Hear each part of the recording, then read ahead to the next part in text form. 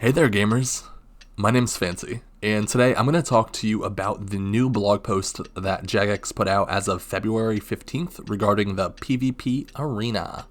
The PvP Arena is a proposed update where players can gather on a special world like the DMM world, Leagues world, Beta world, etc. to battle against other players of a similar skill level. Right off the bat, I'm fairly skeptical because this is Jagex we're talking about. As an example, take Last Man Standing, which for the past couple of years has been the go-to PvP minigame. This minigame has a leaderboard system, but I don't really know how it works. I think it's just a accumulation of all your points or maybe something to do with your kills. I don't really know. Either way, what I do know is there is a ranking system and a list of titles depending on your rank. When you queue up for a game of LMS, you can be a novice, veteran, master, or even a legend.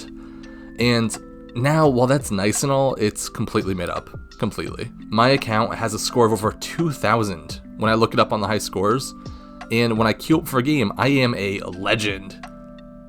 But despite this, I've never PK'd in my life. I've only played LMS. I was winning maybe 1 in 10 games, and that was mostly against bots. The ranking has nothing to do with how well I did. It was simply an indicator that I played a lot of LMS. That's basically what my concern is with this upcoming PvP Arena.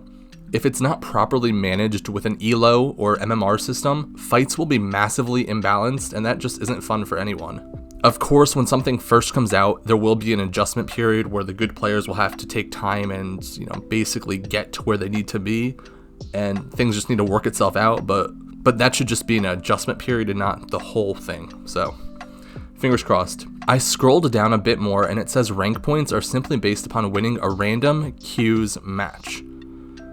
So if you queue up randomly and you win, you get points. If that's the case, I assume the boosting meta will just be to spam the queue with as many of your ults as possible and just armor off, don't eat if you get someone else. So you'll basically be boosting everyone and then hopefully you'll just boost yourself more. But I guess that really also depends on if Jagex is paying attention, banning, etc. So we'll see. Continuing on, I see that you need to use the clan chat thing to find a match. You can choose to manually set up a match or just hop into a randomized queue, but I think it would be nicer overall to just have it like a waiting room style portals like they have at Soul Wars, LMS already, Pest Control I think, like even the fight pits have just enter a portal and wait. And for me personally, I'm picky, but I just think it should be isolated to that world and not something I need to look at everywhere. You can include the functionality of like the team boards that you have at raids to, match up against your friend or a specific person if that's what you want to do. I just think it should be isolated to these new PvP specific worlds. Okay, next up it says your profile will be left behind. This is pretty standard for DMM worlds, Leagues worlds, like all the special worlds. But I'm not really a fan of how they're doing it this time. Just like LMS, there's no option to play as a pure or a Zerker or even like a 60 attack med level or, whatever niche account build that you wanted to make or have spent years making. I think that you should have an option of whether you use your own account or one of their default preset accounts. For instance, if the default account that they give you is, say, 85 combat, you can use any account that you've made up to 85 combat against them. This way, people that have spent, months or years making an account can then use it, while other people that just want to join PvP and have never tried it before can just grab an account and fight. If they see a rare account or a niche account that's very strong, it gives them an aspiration to then go off and make an account similar to that, and then one day they'll be strong too. I think that makes sense, right?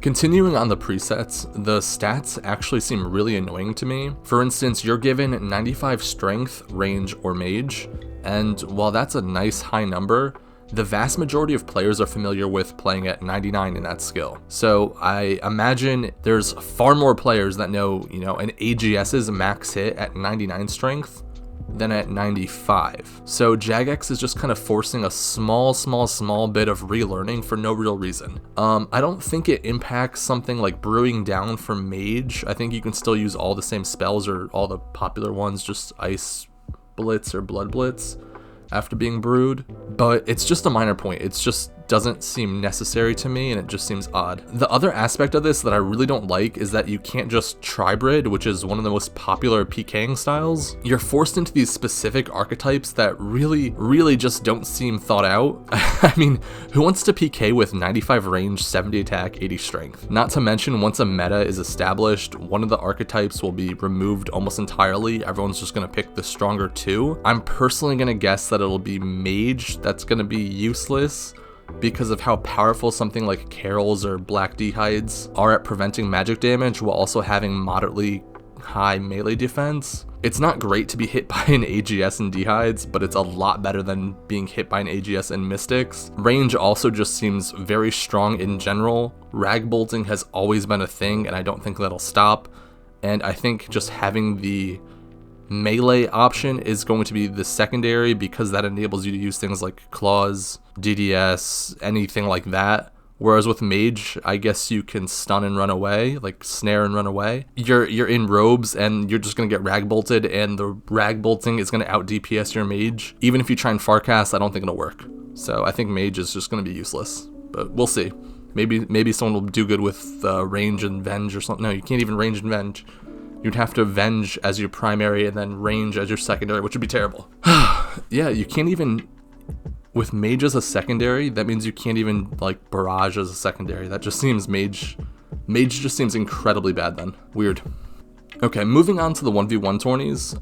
This seems more like a niche thing. Not many people have time to compete in like hour-long events just for fun, especially when you have the option to climb like an elo ladder whenever you want and just do one match or two matches instead of having to wait for, 10 over the course of a day. But at the same time, I'm sure this is actually a great option for like social clans just looking to do something for a Sunday, or for content creators like Odablock. I know he's thrown a few 1v1 tourneys in the past and they've always been very well received. He's given out a lot of money and prizes, and like no matter how polarizing he is in the community, he is trying to make his community a better place. So I think that should be looked at and acknowledged. I just hope that the tournament hosts in this private world are given better tools, such as some of the functionalities that we see when they host the Deadman events, like the HP overlays, the inventory overlays, etc. So then people like Odablock can actually host a real tournament in place of the DMM scene, because it's failing. Sorry, DMM's really shit. Okay, so let's see the rewards. The non-cosmetic rewards are only usable in PvP. That means anything in the Wildy PvP worlds, Soul Wars, Castle Wars, and the Fight Pits. And Jagex made a special note that some items are intentionally non-tradable to prevent, bad activity. So botting or boosting. They're thinking about adding ornament kits for several items like the Dragon Claws, Dragon Warhammer, Heavy Ballista, Armadillo armor set, and Bandos armor set. Some of these seem fine, I just hope they're not overly ornate. There's a lot of gold in the game already, and other kits that don't use gold look really good in my opinion. I also don't really see how Armadillo or Bandos fit in with the theme. D-Claws is at least like a very obvious PvP weapon that also has uses in PVM, whereas Armadillo has mostly been replaced by the Crystal armor, and Bandos is now pushed aside by the Torva armor. So it's kind of odd to me that they chose this group of items. Dragon Warhammer also, like, it's a cool item, and I know the new Obby Malls, now the DWH peers use them, but it just seems kind of niche when a lot of people are asking for an Elder Maul ornament kit, and I think that would be a great option. The Obby Maul ornament kit is one of the best looking items in my opinion, and I can see a lot more potential with the Elder Maul. Similarly, I'd love just to see some more kits for the Pure or Zerker community. A new equivalent to the Elder Chaos robes. I think they look great, but there's no Guthix or Saradomin variant, which I think would help a lot of Fashionscape. And I also think an update for Zerkers would be in order, whether it's just a trimmed defender to make it darker instead of gold, because I'm not a fan of the gold, or something in the leg slot to replace the usual rune legs that they wear. I think that'd be nice. Okay, moving on, the Blighted Sacks. I honestly don't really care about them. I don't see any issues with the current sacks that we have in game. It just makes it a bit easier for PKers, and as long as they drop coins or sacks or something so they're usable, they seem fine to me. It says they're untradeable, but if they convert to coins upon death, it just doesn't stop botters or anything. It just makes it take a few more steps. So you can also imbue things here. I guess that's a nice update. A lot of people have been asking to imbue PvP items via PvP, such as a Berserker ring or something. I don't think this will impact the main game that much. It'll be very niche because most people just like doing PVM or AFKing NMZ, but it's nice. It's nice that they're offering it. So moving on to the new equipment, again, these items are only usable in PvP, so they're not acting like some easy method to get into late game bossing for Iron Men. The first item is wristbands of the arena. Kind of a terrible name in my opinion, but whatever. This is a 30 def equivalent to Barrow's gloves that you just don't need to do quests for. Jagex specifically said, I think it would bring a little more variety to the PvP scene, and just no. Unless someone is rocking full Inquisitor, this impacts nothing.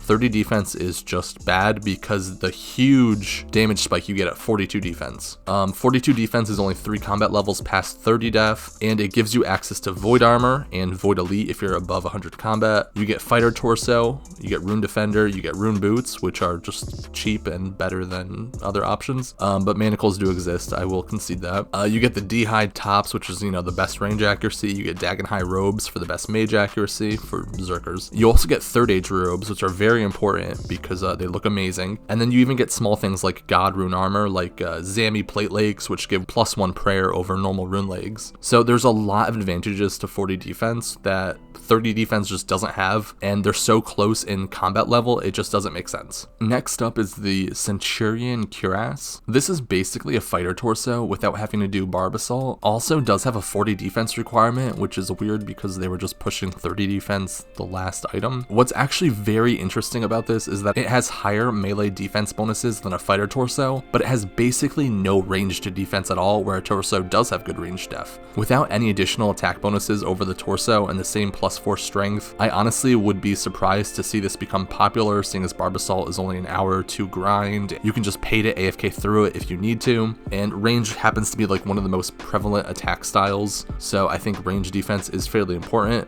I do think this will show up for some people that are just incredibly lazy. Overall, for these 2 items, I think it's a good way to get more people into PvP without forcing hundreds of hours of grinds onto them. I do think the idea feels a bit like shoehorned, and that the stats should be identical to the item they're replacing. As is, people may be forced to do yet another grind for something like the Cuirass because it does have better melee stats than the torso. If it has better stats for something, it is a niche best in slot, so people will need it. So this is where things get very interesting, in my opinion. The Calamity Chest and Breeches. This is basically a Void top and bottom, where it has a set effect with 3 different interchangeable helms, but it also has 3 tiers where it gets progressively better. So instead of like Void and Elite Void at 100 combat, you now have this equivalent to Void at 0, 55, and 78 defense. That means peers kind of get Void, but better. Yes, you heard right, the tiers are 0, 55, and 78 defense. To me, that makes no sense whatsoever. Pures get a massive damage boost of 7.5%. Meanwhile, Zerkers get nothing at all. Well, they get the same 7.5, but they get nothing on top of that. So this armor is probably not going to surpass using a torso and Zerker helm, or whatever Inquisitor pieces you want to use, anything like that. It's probably not better, but it'll likely be used for range still, because the range 7.5% is massive. The 3 helms are the Meoma helm, I don't know how it's said. The Meoma helm, it gives melee accuracy and damage, and it reduces the ranged damage taken. This is pretty incredible. Most of the times when you're going for a spec, you go in for the spec, someone else is still trying to chip down your HP with range, so it's perfect. The Corv's helm is ranged accuracy and damage, and it reduces magic damage received. I think the range boost is actually massive because of how strong range already is, specifically on Pures, because there's no defense, so they're cutting through nothing. They do insane amounts of DPS, and this will be basically a flat 7.5% damage increase, but the magic damage reduction I don't think will be that significant. Magic doesn't really play a part in pure fights that much. It's normally just like a snare and run away, and for the people that do PK with a harm staff nowadays, it's not as impactful, I guess. Like, I don't know, I don't think it's going to be as useful as the Meoma helm or the Meoma helm. The last helm, the Saika's helm, Seikas? It's the same thing, but it's a boost to magic accuracy and damage and reduces melee damage. I think this will probably be the worst of the 3. The Seikas helm, same thing, but it's a boost to magic accuracy and damage and reduces melee damage. In terms of an actual fight, I don't think this will be that significant. Obviously, there are a few people that use the harmonized staff to fight, but not that many. But for rushers, This suddenly makes their rush 7.5% stronger, and the anti-rushers, who are just going to try and Gmaul them down, they're now taking, like, I think it's 10% less damage. So this is massive for rushers, like an absolute Torvesto wet dream right here. Overall with this though, I think they're trying to force the combat triangle a bit more, but it just seems a bit like meh to me, I guess. It's really a flat upgrade to Piers because they don't have any damage boosting items normally. I mean, there's the Fremnik kilt, but that's only +1 strength and it's never really worn because it's so minimal. So it's normally just a flat damage increase, and it'll make them tankier, that they're receiving less damage. I actually do like that it means that there's a reason to switch armor out in the middle of a fight. For instance, if you're a Pure and you think they're about to AGS you while you're still trying to chip their HP down with range, you just swap to the Mayoma helm and reduce the AGS's max hit, and then swap back to the Koriv's helm, which is the ranged one, and then keep on chipping. So it does give you incentive to change stuff because the armor is that strong. Zerks got royally screwed over, although they did get the Zerite Vams handed to them that was supposed to be 50 defense and got moved down, but that's nothing in comparison to this. And I don't see any reason why the def requirement should be moved to 45 to make 45 defense actually useful again. Right now, 42 defense is probably better in most situations because it saves that one combat level and has basically no downsides. They can still use Inquisitor, which is the best, Dagonhai, which is the best, and then Void Range, which is the best, so there's not really any reason to get 45 defense now, aside from Zerite Vamps, but that's so minimal.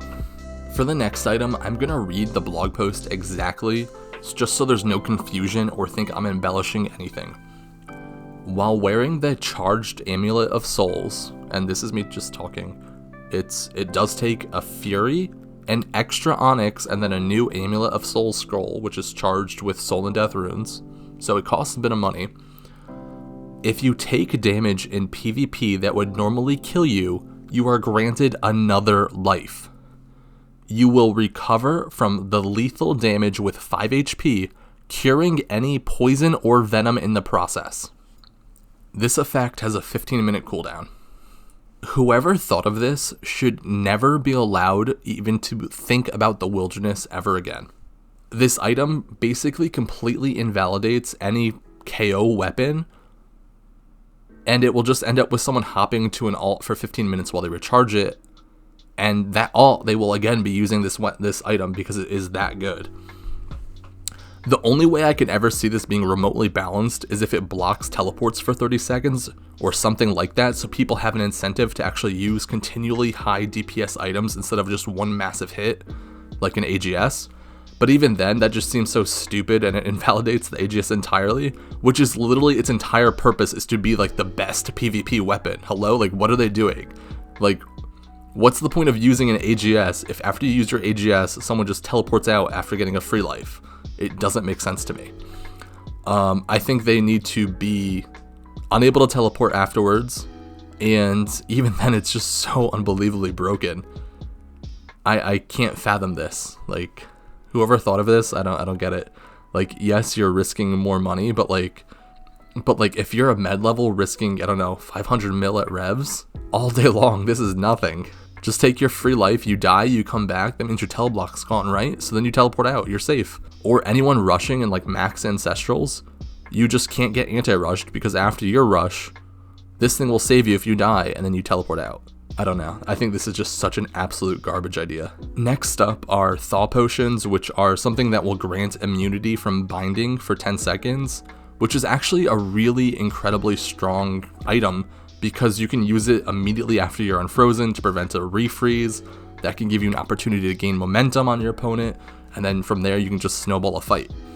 It adds like another huge element of timing and skill into a tribrid fight, and I do actually want to see where this takes us. Like, I would love to see a PvP tournament tomorrow with this item in it and nothing else, just to see what happens, because I think this adds just so much to the game. That being said, it is a direct ripoff of a WoW item.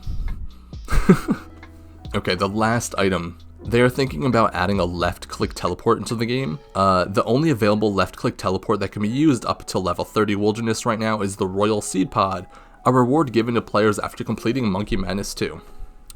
So first of all, I'm pretty sure this means they forgot about the Grand Seed Pod, which is a reward from the Gnome Restaurant minigame. and it's tradable. It's on the GE. It's just really expensive because no one plays that.